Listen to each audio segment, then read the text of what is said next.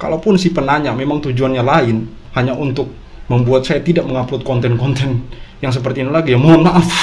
Mohon maaf kawan, Anda tidak berhasil.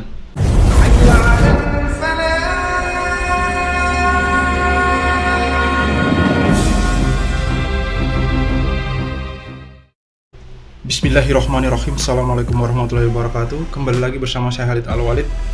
Sebelumnya saya mengingatkan teman-teman, jangan lupa like dan subscribe channel baru kami atau channel kedua kami, Badut Channel. Link channelnya ada di deskripsi video kami. Oke, kita langsung saja. Ini adalah update terbaru yang diupload oleh akun YouTube Front TV mengenai hasil investigasi dari Komnas HAM terhadap 6 syuhada anggota FPI beberapa waktu lalu di KM 50. Berikut videonya.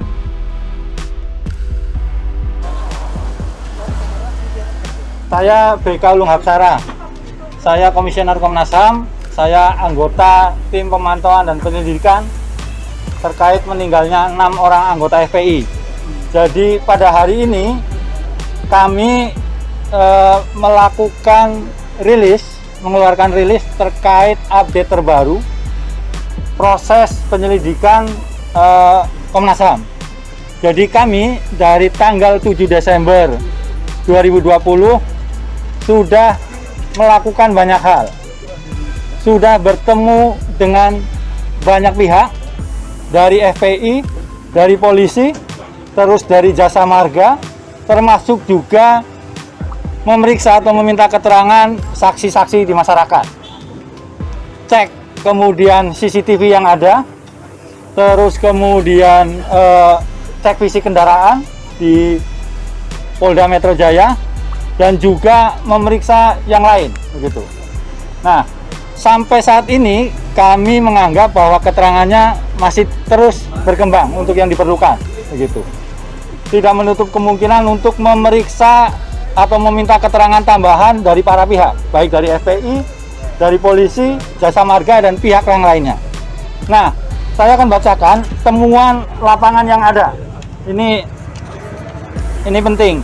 Jadi sampai saat ini temuannya ada proyektil. Jumlahnya 7, tapi yang satu tidak firm, artinya tidak yakin bahwa itu adalah peluru atau tidak, karena ini potongan kecil aja gitu.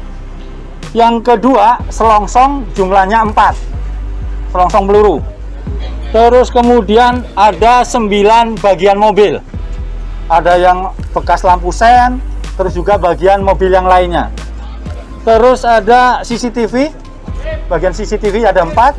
Terus kemudian yang lain-lain ada 2. Artinya lain-lain ini ada misalnya bekas earphone begitu, karena ketemu di kilometer 50 itu, yang kami anggap itu bagian terkait dengan peristiwa.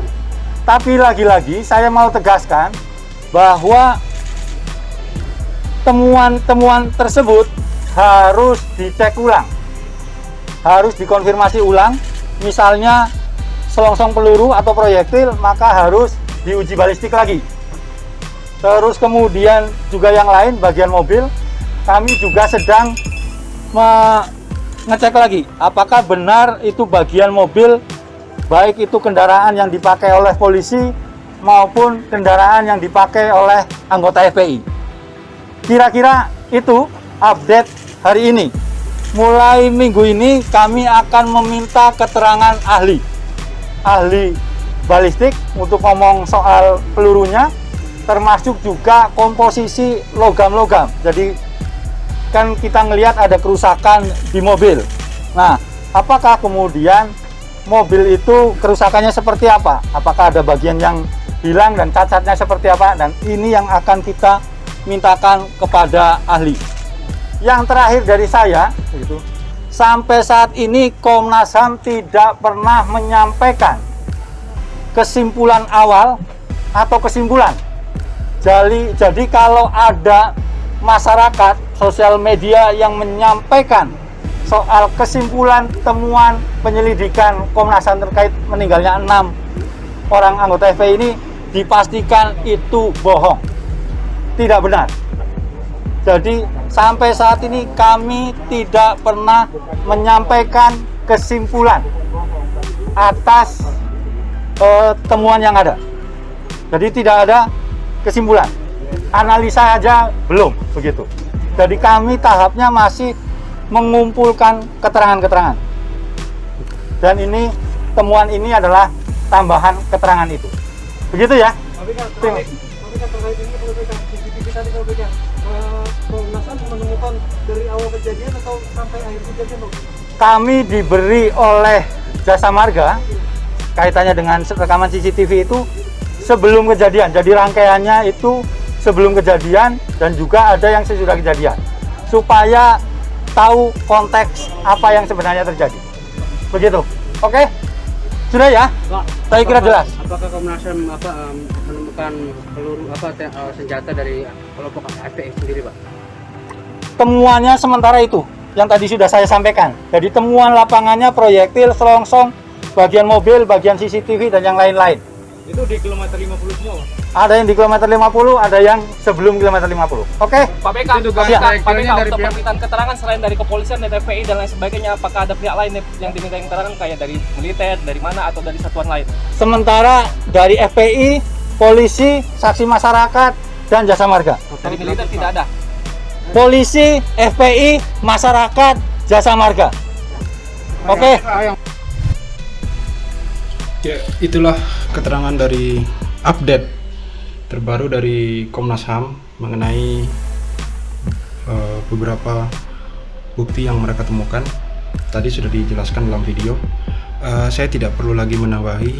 Jadi saudara-saudara, kawan-kawan Cahaya Islam bisa menilainya sendiri dan menuliskan komentarnya di kolom komentar. Saya minta yang positif. Kita hanya banyak berdoa kepada Allah Subhanahu wa taala agar keenam syuhada, keenam korban anggota FPI yang telah berpulang ke rahmatullah diberi tempat terbaik di sisinya, dan kepada keluarga diberikan kesabaran. Semoga hasil dari Komnas HAM ke depan, hasil dari investigasi Komnas HAM ke depan, apapun itu, bisa memuaskan semua pihak, terutama keluarga korban. Dan saya berharap Komnas HAM bisa independen dan netral dalam investigasi ini, karena yang masyarakat harapkan keadilan yang seadil-adilnya bagi kedua belah pihak tentunya. Intinya semoga keadilan benar-benar diungkap dalam investigasi Komnas HAM ini, karena itu yang kita semua harapkan tentunya. Dan ini pesan juga kepada orang-orang yang masih berkomentar di konten-konten saya mengenai kenapa bisa Cahaya Islam tapi yang diupload selalu konten-konten yang berbau hal politik segala macam. Ini entah dia nggak ngerti atau pura-pura nggak ngerti atau hanya sekedar menjatuhkan bahwa Cahaya Islam itu hanya boleh membahas tentang ceramah di masjid, kajian-kajian di masjid saja. Saya kurang paham, karena kita namanya media sosial, kita juga nggak tahu. Saya ingin menjelaskan sedikit bahwa Islam itu bukan hanya sekedar kajian dalam masjid, kajian fikih, tuntunan sholat segala macam. Bukan kawan. Islam itu menyangkup seluruh dunia ini, dari kita lahir sampai meninggal, dari kita bangun tidur hingga tidur lagi gitu. Jadi jangan salah paham mengenai Islam. Islam membahas politik, iya. Islam membahas hukum, iya. Islam membahas ideologi, iya. Islam membahas perkara-perkara duniawi, iya. Betul. Jika Islam hanya dikurung dalam ranah dalam masjid di mana dia hanya membahas tuntunan sholat, wudhu, fikih segala macam, habislah kita kawan. Percuma kita membahas semua itu detail Islam tentang itu penting, tapi bukan itu saja, tidak cukup gitu. Kita harus mengetahui apa yang terjadi di kalangan elit politik. Kita harus paham dan kita harus mengawasi dengan kritikan-kritikan kita yang positif tentunya, dengan standar-standar hukum Islam tentunya. Makanya Cahaya Islam saya buat seperti ini. Kenapa namanya Cahaya Islam? Ya saya mau mengkritik pemerintah dengan adab-adab Cahaya Islam tentunya, dengan adab-adab Islam, walaupun mungkin saya masih banyak kekurangan juga. Tapi bukan berarti kemudian nama YouTube-nya Cahaya Islam kemudian tidak boleh membahas politik, tidak boleh membahas. Dan ini satu lagi, ada satu komen yang saya baca dan cukup menggelitik, karena saya beberapa kali mengupload Bung Rocky Gerung ya, katanya ateis atau non muslim atau apalah gitu. Intinya dia komen di situ ateis. Cahaya Islam tapi kok mengupload orang ateis gitu sebagai narasumber lah. Yang kita perlukan kan pemikirannya, bukan akidahnya gitu. Islam boleh bermuamalah kepada orang di luar Islam, orang non Muslim, selama itu konteksnya positif gitu. Dan ini kan kita bahas masalah politik, bukan dalam konteks akidah. Saya mengutip beberapa perkataan Rocky Gerung, bukan berarti saya mengikuti akidah dia, tidak. Hanya sebatas pemikiran politik dia yang menurut saya cerdas, begitu cerdas. Saya harap ini menjawab.